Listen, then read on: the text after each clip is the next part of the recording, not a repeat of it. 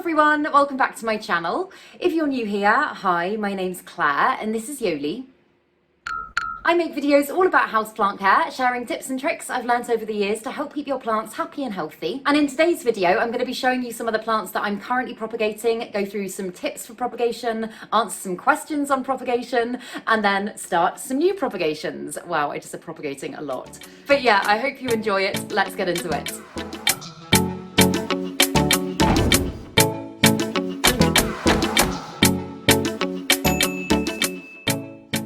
So I'm going to start off by showing you some of the plants that I'm currently propagating. I asked you guys over on Instagram as well to send in any questions you had in regards to propagation, and I got a lot of questions. Sometimes when I ask, I don't really get many, and I think I had about 60. So I'm going to try and kind of cover them as I go through. But the first one that I've got going is a Philodendron ernestiai, which is one of my favourite plants. I absolutely love this plant, and I chopped it before the plant swap, which was a few weeks ago now. And as you can see, it's already rooting really nicely in moss. I will take it out and show you where it's at. Wow, so yeah, that's the roots already, and as you can see, they are really going for it. This is a really fast growing plant, so I did expect it to be quite quick. Also, the mother plant that I chopped back, 3 weeks ago now.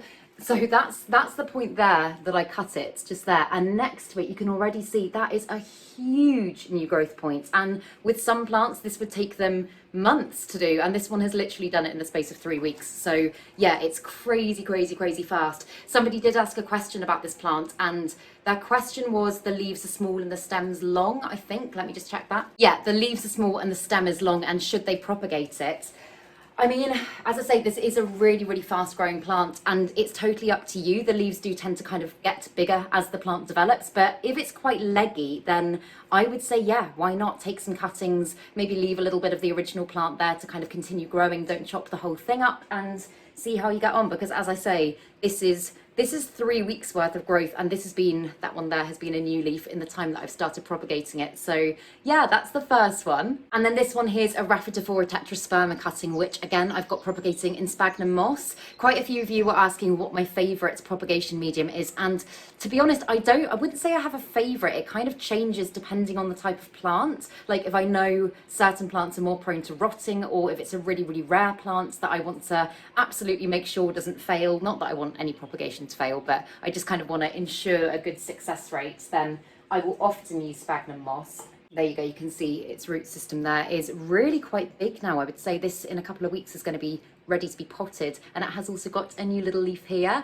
But yeah, the great thing about sphagnum moss is just that it is great at containing humidity around the roots, kind of locking in the moisture. A lot of the time as well, I found that certain plants are less likely to rot in sphagnum moss, whereas sometimes in water they can. However, I've got a Pothos cutting here. I've got a few in water, but I've got a Pothos cutting here, which I actually started in soil, and I am always a little bit iffy about soil propagation. I have got a couple of successful ones here as well that I'll show you, but I personally just don't really get on with it. I tried this one in soil just to kind of see how it went, because Pothos plants are so easy to propagate, and the bottom of the jar has just fallen off. And there's glass and water everywhere. Right, we're going to take a short break. Oh my goodness, that was the weirdest thing. The bottom of the jar literally just fell off and smashed, but I think I got it all. That was great timing. Now I'm going to have to try and refine my frame of mind, train of thought. I was talking about this Pothos cutting, which I started in soil and was doing absolutely nothing. I was keeping it really moist. Sorry, I've got the giggles now. I was keeping it really moist. I was doing everything that you should be doing, and it was just doing absolutely nothing. So after about a month or something like that, I noticed the leaves were starting to curl. I dug it up out of the soil to see if anything was happening, and literally nothing was happening. And I stuck it in some water. It's been in water now for about 4 days or something like that, and as you can see, it's rooting already. So for this one, I would personally say, obviously you can use perlite or sphagnum moss, but I just use water. I always have a really high success rate, and that is how I do it. Also, a lot of you were asking about sealing the stems and whether or not you need to do that in case of rotting and stuff like that. For some plants, again, and I will go through this, for some plants, yes, I do, but for ones such as the Pothos and also things like Syngonium albo or just Syngonium in general, I don't bother, just because I've never had an issue with them rotting, and I know some can kind of be quite prone to it, but personally, I've never had an issue. So that's the Pothos. I have nowhere to put it now. I'll put it back into its bottomless jar. So yeah, this is a Syngonium albo, which I took as a propagation just before the plant swap. I did take some other cuttings to the plant swap. I took loads of my propagations, actually. I feel like I haven't got that many anymore. But this one's been in water for about 4 weeks.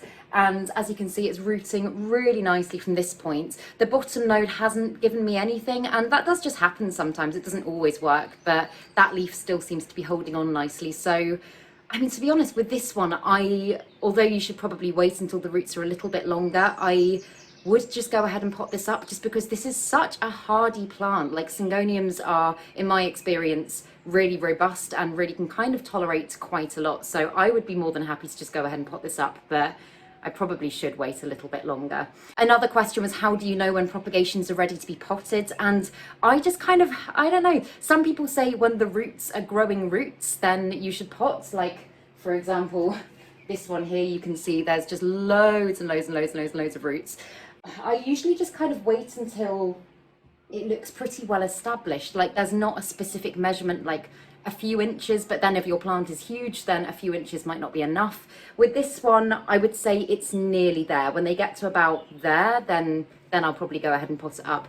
But if you're in any doubt, I would say leave it propagating for a little bit longer, because you want to make sure that it's got a really good root system before you put it into soil or whatever substrate you're using. But that is just my opinion, and I haven't, on the whole, had many propagation failures. In fact, that's a lie. I've got 2 propagation failures to show you. I will show you them now. So both of these ones are ones that I again got at the plant swap recently. If you guys are watching, I'm so sorry, I've done everything that I possibly could. But the first one is the watermelon peperomia. It's not failed, but you can see the leaf has kind of, can you see? The leaf has rotted down. So the chances of it rooting, if it keeps rotting, are really quite low. If it doesn't, then maybe it'll work. But that's where we're at with that one. I'm just kind of crossing my fingers, giving it the benefit of the doubt, and hoping for the best. But that's the first one. It can happen, especially with leaf propagation like this. The risk of rotting can be quite high. I've never personally had that happen with peperomia propagation before, but that's the first time for everything. And then the second one that I'm really, really sad about is a Saw Vaticum, and I don't have much luck with this plant, to be honest. I've got it in damp sphagnum moss. It's been in my cabinet, and everything else in there is doing okay, but for some reason, as you can see, this one has just not taken. I have actually taken a few cuttings and put them in my propagation box, and they're doing a little bit better, but I'll show you them when we get to them. This one, I'll take it out and just see, the leaf's not even attached anymore. No, so far there's absolutely no movement on that at all. So I think my best option is probably just to chop these back to little wet sticks, put them in my prop box, and hope for the best. But yes, that was another question. Propagations do fail sometimes. Someone said, how do you know when a propagation's failing? I mean, some can take a really long time to start doing anything, and you might think they're failing. The Pothos, for example, I, as I say, had in soil for months and it did absolutely nothing. But then when I changed its environment, then it started kind of kicking into action and doing something. So I would say, unless it's kind of rotting and going away to nothing, or it's very clearly dead, don't abandon your propagations, because sometimes you can change the circumstances, change the environment, and they will respond really, really well.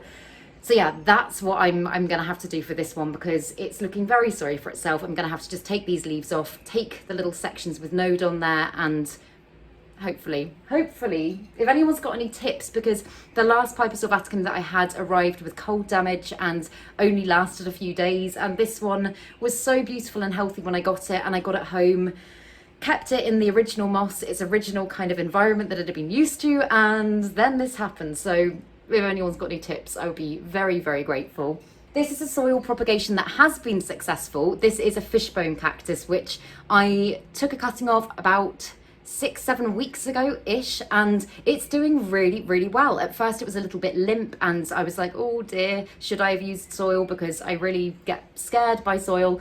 But it's doing really well. It feels really, really plump, and that kind of lets me know that it is absorbing all of the water in the soil and hopefully forming roots. I'm not going to take it out to check. I'm just going to rely on the fact that it's doing well. But it's such a sweet little plant, and as I say, I just don't usually do soil propagation because my success rate's been so low, but I'm really happy that I found a way to keep this plant happy, because the times I've tried to propagate it before, I've used water and it has rotted, so I'm quite surprised it hasn't this time. These next ones are both snake plant propagations, but I've propagated them in slightly different ways. So this one here, as you can kind of see, I just took a cutting, put it in water, and it's already forming little plantlets coming up off it. I propagated it in a milk bottle, and at the time that seemed like a great idea, but now I know that I'm gonna have to break the milk bottle if I want to get the propagation out. So I'm not going to be doing that in this video unless the bottom just falls off by itself.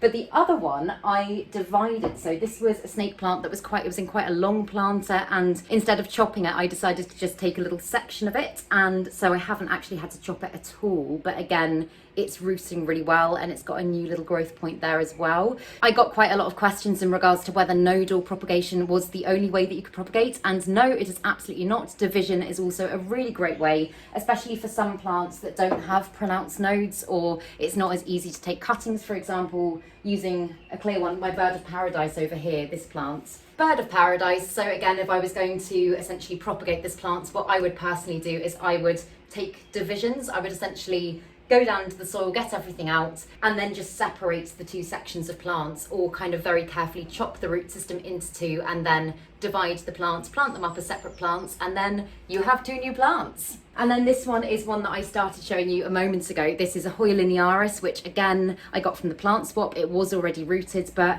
I've just left it in water for the time being. Not that it doesn't need potting up. I think it definitely is ready to be potted up because its root system is really fantastic. I just haven't got around to doing anything with it yet, and I quite like it in water. It looks quite pretty. That's a good example of roots growing roots. You can see they're not just kind of little strands, they're really branching out, doing their thing, and I would say, yeah, it's ready to be potted, so I will definitely be doing that soon. I forgot to say as well, with the Syngonium elbow cutting that I showed you a moment ago, a lot of you were asking, when I completely chopped it back in my video recently, a lot of you were asking whether or not it would grow back, and it's been a matter of weeks, and as you can see, I chopped it back to literally a stump.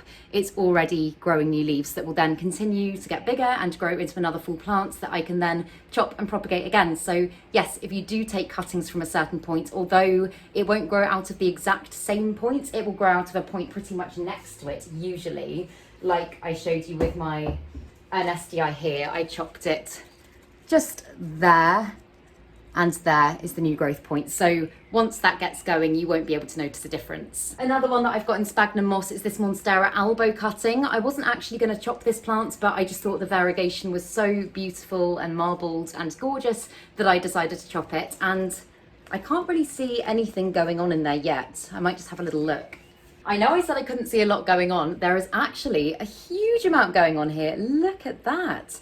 This one basically, just because it was still quite this was the youngest part of the plant, the most recent growth, and I really wanted it to do well. I air layered it before I actually started propagating it, which is basically, I think I took a picture, so I'll pop that picture in, but it's basically where you just take damp sphagnum moss like this and you wrap it around the node of the plant, and then you seal it with something like cling film or something like that to just lock in the humidity before you even chop it away from the plant, and that will just encourage the node to start putting out a little root, get going, and then when it's got a little bit established, you can think, okay, right, now I can transfer it to its own container to become its own plant. So that is what I did here, and as you can tell, it has definitely done the trick, and I'm hoping that that will be, I mean, it won't be ready to pot anytime soon, but I would say in the next month, maybe, that might be ready to pot up. But again, somebody asked about propagating Monstera deliciosa, which is the non-variegated version of this plant. It's pretty much the exact same principle. You just want to make sure that your cutting has a node on it. And again, you can air layer this plant to make sure that it happens. In fact,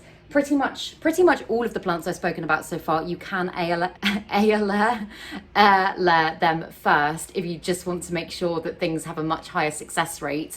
But if you just run your finger down the stem, just where the petiole, which is the leaf stem, this bit here, where that joins the main stem, you'll feel a bump just behind that leaf, and that is your node. That is where all the good stuff happens, and that is what you want to make sure your cutting has on it. Usually, again, I would recommend sealing the bottom of the stem just because they can be quite prone to rotting. I haven't actually done it on this occasion. I've just left it as is, and luckily it's been absolutely fine. But you can either just leave it out for a few days to callus over, you can use wax, you can use a hot frying pan and sear the ends just to make sure that it has a far less less chance, far less chance, lower risk of rotting. Also, when I talk about nodes, this is probably a really good plant to use as an example. This isn't a propagation, this is a Rhaphidophora tetrasperma like the one that I showed you. That one didn't actually come from this plant, it just hit the ceiling.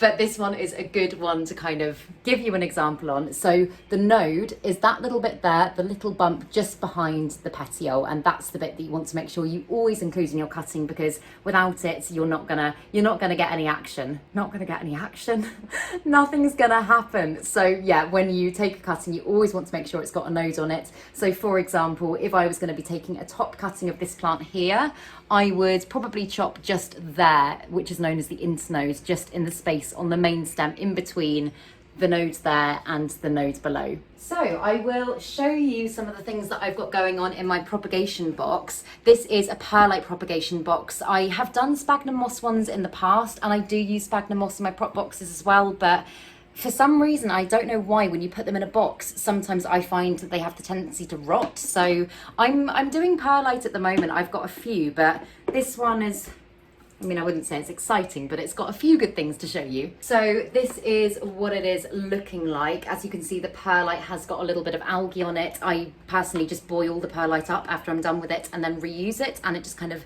cleanses it of everything. You can use hydrogen peroxide for this as well. But yeah, this is what it's looking like. And I've got another Monstera albo in here, which again, as you can see, roots, okay, this is an example of roots growing roots but are not ready to be potted up. This is still a fairly young root system, but it's going, it's doing its thing. And then I don't want to touch it because I'm scared, but this is one of the Saw Vaticum cuttings that I am trying to save in here, desperately trying to save. And I've got another, in fact, I think that needs to go in the bin. I've got another, what I tried to make a little wet stick of Saw Vaticum, and I can tell it's gone completely brown, and that's not gonna root. That is another example of propagations failing. So I'm gonna put that to one side and I'm gonna put it in the bin. And then this here, so this one I've struggled with actually. This is a Philodendron Silver Sword wet stick, I think. And as you can see, it's got a little auxiliary bud just there that I was hoping it would just kind of pop, but no roots have formed at all, and it has got 2 nodes on there, 2 points where leaves would have been. And I originally started it in water, nothing happened. I put it in sphagnum moss, nothing happened. And then I put it in my prop box, and it's not rotting, nothing's happening with it, but it's just not doing anything at all. So I think for the time being, I'm just going to leave it in there and hope for the best. I have used wax, as you can see, to seal this one at both ends, just to prevent it rotting, because especially since it's not doing anything and it's kind of dormant at the moment, it can be quite prone to rot. So that is staying in the box.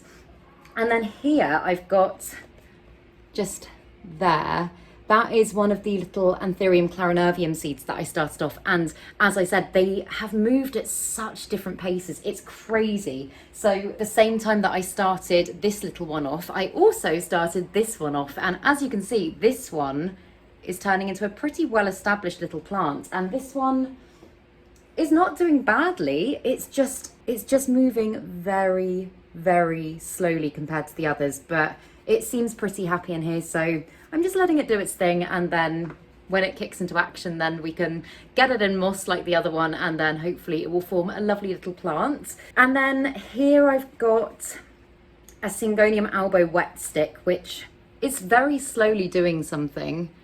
Can you see? Hang on, I might just put down the box. There you go. You can kind of see it's very, very, very slowly producing a little leaf at the top. There's no roots yet, which can be an issue. They can produce leaves without roots, and then you just have to hope that the roots form, because if the roots don't, then you're just going to have a pretty little leaf for a while, and then it's not going to be doing much. So that one's staying in the box. And then this one here is a Monstera dubia, which I keep meaning to pot up. I've been meaning to pot it up for months, and I've actually chopped it back and taken more propagations of it while it's still propagating itself in the box. Can you see? But it's a really gorgeous plant, and I don't know why I haven't really done anything with it, because as you can see, it has got a really well-established root system, and it would be more than ready to be potted now.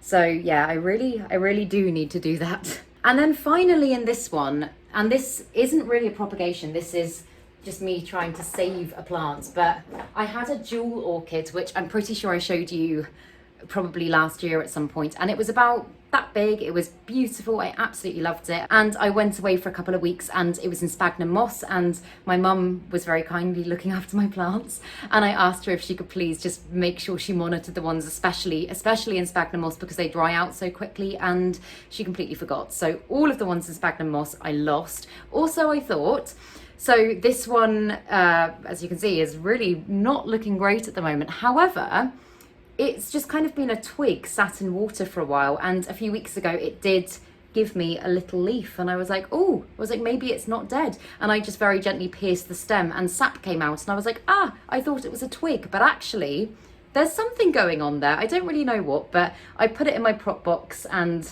I can't remember if I've said already, my prop box is on a heat mat, because the heat mat just really helps to speed up the propagation process. It's really good for increasing humidity. And yeah, I'm hoping it does something. I really thought this one was a goner. So that's what I've got in that prop box. If you guys ever want to see more prop box things, let me know. I've got a lot more, probably not very interesting ones that I could show you, but if you'd like to see that, I happily will. The other ones that have been on my heat mat are these Antherium Forgetii seeds, which have been potted for about 3-4 weeks now, and they're just lying on damp sphagnum moss. And I looked at them in my last video, and that was the first time I had checked up on them, and I haven't checked since. And the last time they were all rooting, so I'm hoping to see a little bit more progress. I mean, there's not a lot more progress, to be honest. I don't know if you can really see. So that's one just there, which actually does have a teeny tiny little sprout coming out of it. I might have to put some clips in, but I mean, I'm not expecting them to do big things overnight, but this is how I started off my Clarinovium seeds that are now on the whole doing pretty well. So I have faith in this method. I know I said that I don't always like using sphagnum moss prop boxes, but with seeds, I think I've never had an issue with rotting. It's just when I put wet sticks in there or something like that, the moss can kind of just, especially with heat, make them rot and turn to mush. So yeah, I'll keep you updated with these ones. And also in my last video, I accidentally knocked off a Pilea peperomioides leaf, and I'm literally holding the jar like that now. And it didn't really have much stem on it. It's literally got the tiniest bit. So I don't think it's gonna do anything. It's not doing anything yet, but I've put it in water, and who knows, maybe it will surprise me. But usually to propagate in this way with these plants, you do need to have a bit of the stem, and that hasn't happened. So yeah, maybe it'll just look pretty for a few weeks and then die off. But one that has worked, again, water propagation. This is one of the ones that I took as a cutting in my Pilea care video a little while ago. I don't know when it was. And it formed a really nice root system. I've now potted it up in soil, and if you can see, it's literally teeny. Oh, oops. It's very small, but it is forming a little pup bundle just there. Some pups are popping up from the soil, so hopefully this is going to be a lovely little plant soon. I don't think it will be able to be in this pot for that long because the root system was already quite big, but to be honest, this is just like, I really liked the pot. I just decorated it and I was like, it'll look so nice in there. But I do think I'm probably going to have to repot it fairly soon. And this is a Philodendron Varicosum that I started propagating about 3 weeks ago, and I did check it about 4 days ago and it literally wasn't doing anything. I'll have a look now, but I don't know, it might be slow. Okay, so we have some progress, yay! So, oh, the sun's coming out. So you can see, can you see? That there are some little roots that are starting to come out of it. Yay, I'm so happy because I was really scared that this one wasn't going to make it, and I was like, it's a beautiful little top cutting and I really want it to do well. There's no sign of that new leaf popping out anytime soon, but that's fine. So long as it's got a good root system, then there is hope. Someone did ask a question about this plant. I think it was, what is the best way to propagate it? And again, in my opinion, sphagnum moss. I always use sphagnum moss for pretty much all of my philodendrons, or at least definitely my rare philodendrons, and it usually works. I don't think I've had many failures doing it this way. And with this one, what I've done, in fact, quite a few of them, I've got them in my cabinet behind me, which has really high humidity. It's got a lot of heat. It contains heat really well. I've got a little fan in there, so it's got good airflow. I did make a video on setting up that cabinet if anybody is interested in that or fancies setting up their own cabinet. But I keep a lot of my propagations in there just because on the whole, humidity really helps to speed the process up. Someone did also ask about how you can increase humidity I've spoken about this before, the best way is obviously to use a humidifier or to create a space like that. In fact, an alternative to that is if you have a propagation, for example this one, and you want to create a little microclimate for it but you don't have anything like a cabinet, you can just get a plastic bag, like a sandwich bag or something like that, and pop it inside it, blow it up so it's got lots of air in there, and then seal it, and then ideally keep it somewhere fairly light, fairly warm, and it will essentially create, as I just said, a little microclimate, and it will help to speed the propagation along. But yeah, I've got this one in my grow cabinet. It's now doing something which I'm really happy about, so again I'll keep you updated. And then this one is not doing a lot at the moment, but this is a variegated string of pearls cutting, which I don't know why, whenever you prop them in water they always start going a little bit purple. I personally don't know the reason behind that. If anybody does know, then do let me know. But yeah, I mean, all of the little pearls are really plump. They don't look like they're dehydrated, and in fact there are some teeny roots coming there, if you can see on camera. But I have always personally propagated string of pearls in water. I know you can just plant them straight back into the soil. As I've already said, I'm not a massive fan of soil propagation on the whole, and with this one what I like to do is just wait until the roots are a few inches and then I'll pot them back either into the original pot or into a new pot. But that's what I'm doing with this one, because my main mother plants that started from propagations is just looking a bit sparse. She's not really filling her pot, and when these ones are done I'm gonna pot them back up and hopefully I will have a lovely full variegated string of pearls. And then with my Antheriumclarinovium, obviously this isn't a propagation maybe in the same way as some of the others, but it is one that I pollinated recently, because my plan is hopefully to be able to get some lovely Antherium seeds that I can then plant in the same way as I've done with the Philodendron seeds, and then hopefully they will turn into little plants like this. So that is the plan at the moment. If you do want to know more about Antherium pollination or how to do it, anything like that, I did talk about it in my last video, which was my plant chores video. I did a bit on that, but I do think that there's hope with this one. It has only been a few weeks, but it is starting to swell and the base is looking a little bit greener than it was before. Just here on the inflorescence, it's actually, you're meant to call it an infructescence once it's pollinated, but I don't know if it has yet. So for now, I'm just calling it an inflorescence. But yeah, I'll keep you updated, but I'm really hoping that that's taken. And there's also another inflorescence coming up here. So this isn't the best plant to pollinate. I did talk about all of this in the last video. I've got a bigger Clarinervium just there above me, and that would be the ideal one to pollinate. So that one's also got another inflorescence. I'm keeping my fingers crossed. I've actually got some pollen just here, which should be back in the freezer, but I haven't done that yet. So I'm gonna just keep pollinating them, and I'm just gonna hope that at some point one of them takes, and then I'll have lots of seeds and lots of new anthuriums, and it will be a very good day. I think I'm just going to show you one more because I feel like the rest are a little bit boring, but this is another one that I got at the plant swap from Memo, who is Houseplanty Goodness on YouTube. And Memo, I'm so sorry that you saw that I've basically killed your Saw Vaticum, but however, the Philodendron Splendid is doing absolutely amazingly. It's got a really lovely little root system on it. I'm not going to take it out of the moss just for now because I'm so scared of disrupting it, because this has been a dream plant of mine for years and years and years, and I never thought that I'd be able to get it, and now I have it, and I don't want anything to go wrong. So yes, but in the time that I've had it, which has only been a couple of weeks, it's already got a beautiful new little leaf coming that, again, I don't want to mess with too much. I say I don't want to mess with too much. You can probably see I've taken off its kind of shield just so that I could see it a little bit better, but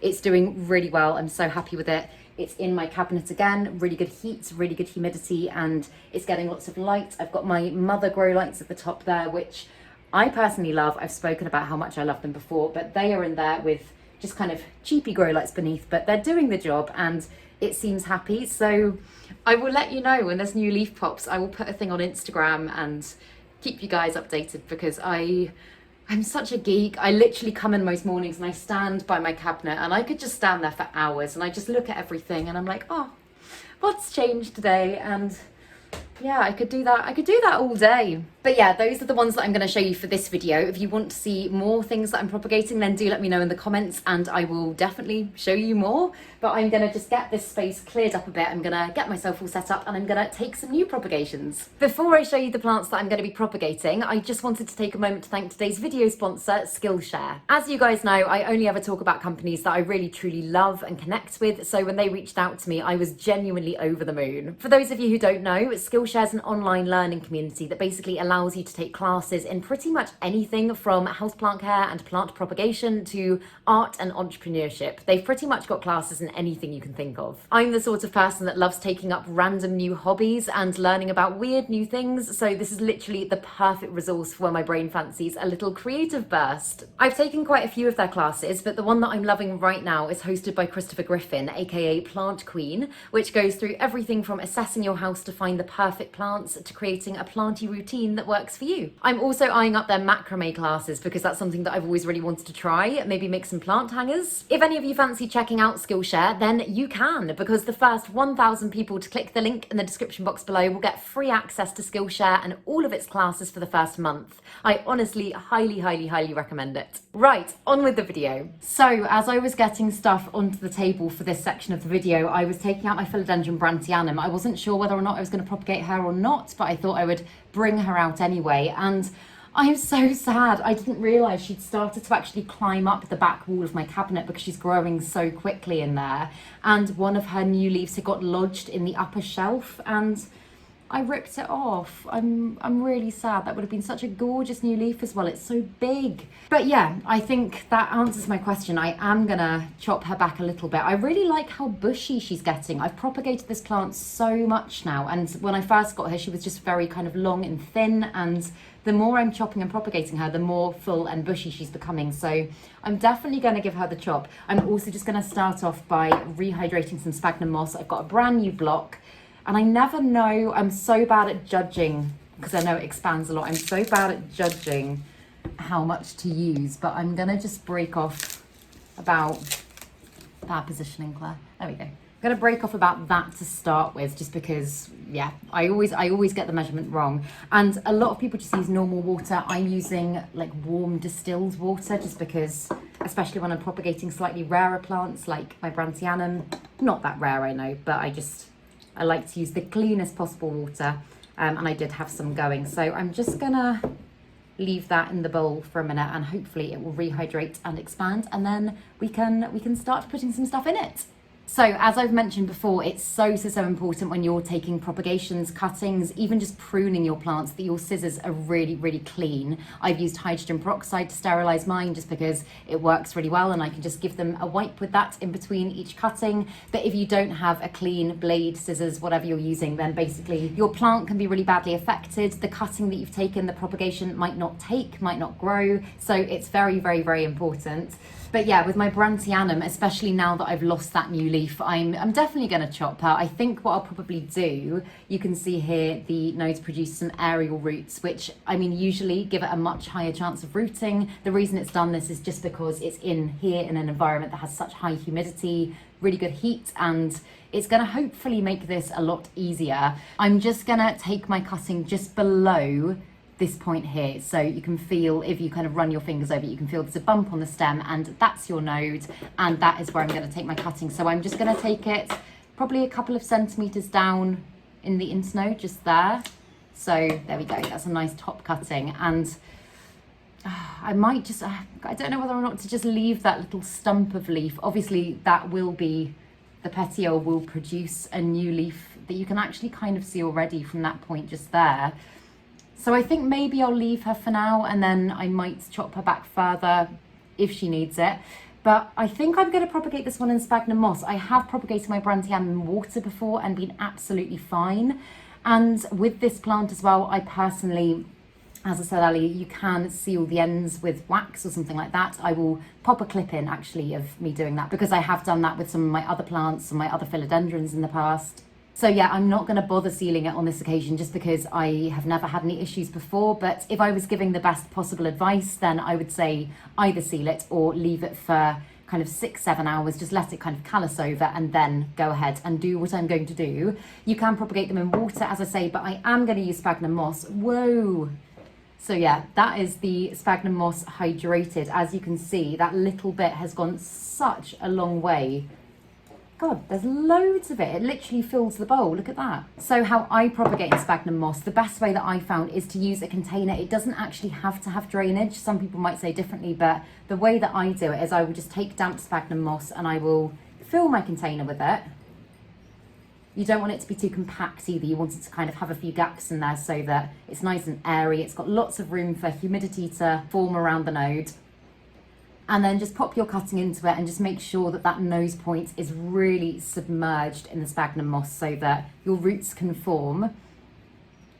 I really like using a glass container for these as well, because you can just kind of see the roots as they start to form and just monitor them a little bit. And what I'm going to do with this one is just leave it somewhere fairly light. In fact, I'm kind of out of space in my cabinet. My cabinet would be the best place. Somewhere fairly light with lots of heat, lots of humidity. When I say lots of heat, I mean kind of like mid-20s Celsius would be ideal, just because again it helps speed the process up. But when you feel the top layer of moss is starting to get a little bit dry, what I do with these ones is I'll basically just pour water in, and obviously that will kind of, because it hasn't got drainage, fill the container, and then I'll leave it for a couple of minutes, and then I will just kind of hold the cutting there, pour it all out again, let the water drain, and then the moss is just rehydrated. And because my cutting isn't actually touching the bottom, if there is a teeny bit of water, like a milliliter of water at the bottom, again, that just helps to increase the humidity, and that's always worked really well for me. So that's what I would personally recommend. But yeah, I'm wondering if I should chop this one any more. I don't know. What do you think? Because I just really like how she's growing at the moment. As I say, she was such a sparse little leggy thing when I first got her, and now she's really, really, really filling out. Oh, she's got a new leaf there as well. Look at that little new leaf. I think I'm going to leave her. I think I'm not going to chop her back anymore. I don't know. What would you do? Would you chop her back more? I just think she looks so pretty like this. But yeah, so that's that one. And the next one that I'm gonna do, so this is the mystery Hoya, or maybe not a mystery anymore. So this is the one that I was sold as a gracilis, Hoya gracilis, and every time I've mentioned it in videos, I've spoken about it as a gracilis, and that's just what I've always thought it was. And I did briefly touch on this in another video, but basically, apparently, and I found this out at the plant swap, apparently there were loads of this type of Hoya that was sent out labelled as Hoya gracilis, I think about a year ago, and so loads of people assume that this is a gracilis, but it's actually a pubicalyx, I think, pubicalyx, I'm not sure which way you're meant to say it, but that is what it is, and I'm happy that I finally put a name to a face. It's a really gorgeous plant. It's definitely one of my fastest growing Hoyas, and therefore I feel like I want another one anyway. I definitely want to chop and propagate it, but I also just won't be too precious about taking quite a lot off it, because I know how quickly it does grow. Like, I think I showed you this one about 5 months ago or something, and it was just way up here in the pot, and it's just kind of spread out, and it's doing really well. I'm so happy with this plant. So yeah, with Hoyas, so their nodes aren't as pronounced, and I've shown you before when I propagated my Hoya Crinkle 8, the way that I like to do it, I would just find a section. Which bit shall I propagate? I might do this little bit here just because it has got a leaf that's quite well established. It doesn't have to, you can propagate from the new growth, but I just find, like, from my personal experience, again, it just works a little bit better. You've got a higher success rate. So I'm gonna take a fairly big cutting. I'm gonna go quite far back. I was only gonna take kind of one section, but I'm gonna chop from just here. So it's really hard to show you because this plant is so bushy. There we go. That's the bit isolated. So I'm going to chop just about here, because the nodes of this plant are, you can't kind of see them as clearly as some other plants, but they are the bulge in the stem just here that you can feel. I can feel it with my thumb. So I'm going to take the cutting and then I will show you. So there we go, that is my cutting that I'm going to be propagating. And I know some people say that you should take off the leaves. I've personally never done that, and I've never had any issues not doing it that way. So if I can save the leaves, then I absolutely will. I know that my roots are going to be forming from this point because, again, it's the bump, it's the node. I don't want to chop them yet. I'm going to leave them there. So again, I think I'm going to prop this one in sphagnum moss. And to be honest, with my Hoyas, I never, ever, ever have ever sealed, never have sealed the ends, and I've never had issues with rotting. Probably famous last words, I know, but I've never done that. And so I'm not going to do it today. I'm just going to do exactly what I did with my Brandtianum. I'm just going to put some moss around it, again, making sure it's nice and airy. And then, yeah, lots of light, lots of humidity, all the good stuff.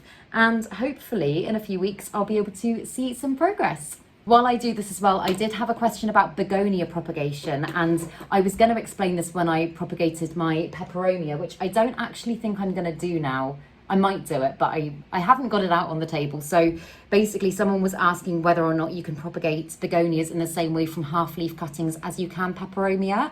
And I've never done it in the exact same way. You might be able to, I don't know. But what I've always done with begonia leaf propagation is I've basically made little splits by the veins and then just laid the leaf flat on top of the soil, covered it with some cling film, and then it's kind of grown from there. Whereas with peperomia, I'll chop the leaf in half and kind of plant it vertically into the soil, if that makes sense. That's just, again, what's worked for me. There might be loads of ways of doing it, and if you try it and it works, do let me know, because I'd be very interested to know.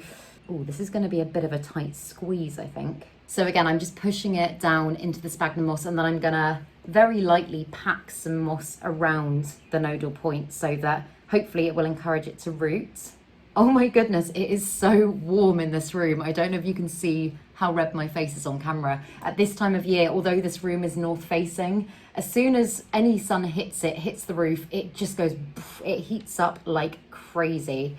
I'm not gonna lie, it's a slight struggle with the plants because a lot of them don't kind of like anything higher than about 25 degrees. And some days, God, if you don't open the windows in here, it gets to like 40 degrees Celsius, which is ridiculous. So I've got all the fans going. That's the buzzing you can hear, if you can hear it. I've got all the fans going, humidifier just running like crazy at the moment, and I'm just constantly shuffling stuff around and trying to make sure that nothing dies, and yeah, it's stressful.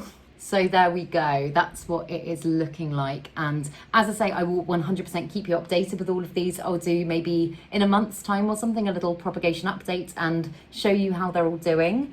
It looks a little bit strange, this plant, now that I feel like maybe I chopped the wrong bit. I took away the one other bit that was trailing and kind of made it feel a bit fuller, and now that little bit just looks a bit silly. Maybe I'll propagate that as well. Yeah, why not? I'm going to do exactly the same again, but on this bit. So this is actually going to be slightly easier to show you. So there we go. You can see that bit there. Again, this section in between where the leaves join the vine. Actually, there was a point there, but clearly the leaves didn't make it. And I'm just going to chop in the internodes. And then this is my second cutting, which again, this bit here with the node is going to go into my sphagnum moss. Or shall I propagate this one a different way? Yeah, why not? I'm going to stick this one in my propagation box and we'll see how it does. So I don't know if I've ever propagated a Hoya in perlite before. I don't think I have. And I'm wondering if there's going to be enough room in here. Okay, I see a gap where I can get it in. So what I will do, I'm just gonna lie it flat along the perlite, and then this node, the big one here, that main one that I was gonna stick in moss, I'm just gonna kind of not bury it in, but I'm just gonna make sure that it's kind of a little bit submerged, so it's got lots of humidity, everything it needs to hopefully form some nice roots. Fingers crossed for this one. As I say, I'm not sure if this will work. I really hope it will. I also just make sure that I'm keeping the perlite moist in this box, because every time you open the box, humidity is lost, and humidity that's evaporated from the water in the perlite will be gone. And the worst thing that you want is for your propagation to dry out, because if the roots dry out, then a lot of the time your propagation can fail. So I usually mist this quite regularly, and then I also just sometimes take a little cup of water and just pour it in and just kind of swill it around a bit and make sure the perlite's had a chance to absorb all the moisture that it needs from it. While I've got my box open, another one that I was going to propagate is, I've got a Pothos Enjoy here, which to be honest has been a bit neglected. I'm not going to lie, I haven't been the best parent to this plant, and I usually just propagate this one in water and it does absolutely fine. And I think I'm going to take a couple of cuttings on this, but I think one of them I'm going to stick in the prop box because, again, I've never propagated like this before with this plant and I kind of just want to see how it will do. I don't see why it would do badly. I've propagated this one in sphagnum moss, in LECA, in water, pretty much every way I can think of, and it's always done okay, touch wood. But yeah, again, with this one, you can see actually the nodes are a lot more pronounced. So it's a lot easier to kind of tell where you want to cut. And also, I don't know if you can see, but in between there and there, there's these little bumps on the stem, which are the internodes. And you can absolutely include them. They're probably not going to be the best thing to kind of rely on if you're just relying on internodes to form roots, but they can root. I've seen them do it. So I'm going to try and include them as well. There we go. So I've just got a teeny tiny cutting there, and the bump, the brown bump that you can see there is the main nodes, and then the teeny tiny little bumps are internodes, and there might not be enough actually to do anything, but it's gonna help. So I'm gonna also stick that one in the prop box, again just making sure that the node is kind of tucked into the perlite. It doesn't need to be completely covered, but just enough to kind of make sure it's got humidity surrounding it, because that is the thing that's going to encourage it to roots. Cool, so I'm going to put the lid back on it. The perlite still feels nice and moist at the moment, so I'm not going to bother adding any more water, but when the time comes, I will. I usually check my prop boxes every week. That's such a lie. I try to check them every week, but also because it's clear, I can kind of just have a look through the lid and see what's going on. I will probably check it for moisture in the next few days, just because I haven't done anything to it in a while, but I will pop that back on my heat mat for now. It's warm in this room, so I'm not going to worry about that. And then, yeah, I'm going to just take maybe a slightly bigger Pothos Enjoy cutting and just pop it in some water and let it do its thing on the internode, just like that. And oh my goodness, look at that. You can see so clearly the little bumps, which are the nodes. And in fact, I was going to just stick this in some water, but I think I've got a little goo tray, a little goo pudding pot here, and I'm thinking maybe if I lay that on some damp sphagnum moss, that might be, like, it's a crawling plant, might be quite a nice way to get it to root. So I'm going to do that instead. So there we go. I'm just going to lie it on top of the sphagnum moss there, so that all of the nodes are pointing down onto the soil, and moss, you know what I mean, and just kind of push the moss up against it so that it's not compact, but it's just kind of surrounding them and creating a nice amount of humidity. And then I'm hoping that should give it a lot of opportunity to kind of root from several points, and then I'll think about what I'm going to do with it afterwards. But yeah, I might even put a little bit more in there. And then again, with pretty much all of my propagations, I'll just be keeping this somewhere fairly light, humid, warm, and I would hope in the next few weeks I should start to see something happening. There we go. So that is that one. And then the last one that I wanted to propagate today, I did have a few more, but as I say, it's getting very hot in here, so I think I might make this the last one, is my string of pearls, which is just doing really well at the moment. I'm so proud of this plant. It's just getting so full, so long. I did give it a little chop back a while ago, and it's just looking a bit stretched at the bottom now. It needs a bit of a haircut. It's just looking a little bit messy and not as full as it could be. And also, this is a very strange, not very good hack that I recently thought of. I was giving a load of stuff to charity, and I had a top, it was a white top, and I chopped off one of the sleeves and I put it around this pot to kind of make a little pot cover. I know it looks a little bit silly, but what I was thinking is if you found a really nice material, like maybe went on a charity shop hunt and found some tops that were really nice, or socks or anything like that, you could make some cool pot covers and it would cost next to nothing. So yeah, that's what I'm doing at the moment. But I already showed you my variegated string of pearls propagations. And again, I'm just going to propagate them in the same way. I'm just going to do it in water because on the whole, I've had a pretty high success rate doing it that way. I know it doesn't always work. Water propagation can be a little bit risky, but I'm going to just do the same. And then hopefully I have got a bit at the back there that's not quite as full. Hopefully when they're rooted, I can maybe plant them back into the same pot and get it kind of falling all the way around. So again, the nodes of this plant are in the same way as the others, just behind the little bobbly leaves, but they're a lot smaller, less pronounced. So I'm going to take a cutting and then I will try and show you. So I'm going to go for this really long bit here. So I don't know how well you're going to be able to see on camera, but just behind, can you see those little bumps? Those are the nodes, and that's where your roots are going to grow from. So with this, what I'm going to do, I'm just going to take off the top few pearls. So that's where I cut at the top there. And I'm just going to take off these pearls here because we don't need them. This is where the roots are going to grow from. They run the risk of rotting if you leave them on there. So I'm just going to take them off. And then that is the section that I'll pop into water. So I'm just going to take a few of those. So there we go, these are the ones that I've taken. This one here has kind of split and divided a little bit, so it's got lots of growth points on one vine, on one stem, if that makes sense. So yeah, I've got another one here. So I'm gonna just pop these all in water with these ends in the water. And I mean, I don't really have like a time period for these ones. Sometimes it can be a few weeks, sometimes it can be like a month. But yeah, I'm just gonna fill a jar, danger jar, with water, and I'm going to just pop them in. Unlike the others, humidity isn't as important for these ones because they don't require a huge amount of humidity as plants, but lots of light, lots of warmth, and hopefully this one will be rooting soon. But yeah, I think those are the ones I'm going to do for this video. But if you want to see more like this, then I have got so many plants that I enjoy propagating and would love to make another video like this, so do let me know. I will also, as I say, make sure to keep you updated with all of the propagations I've taken in this video and the ones that I've showed you. But if you did enjoy this video, please make sure to give it a thumbs up, subscribe to my channel, have a lovely day, and I will see you in the next video.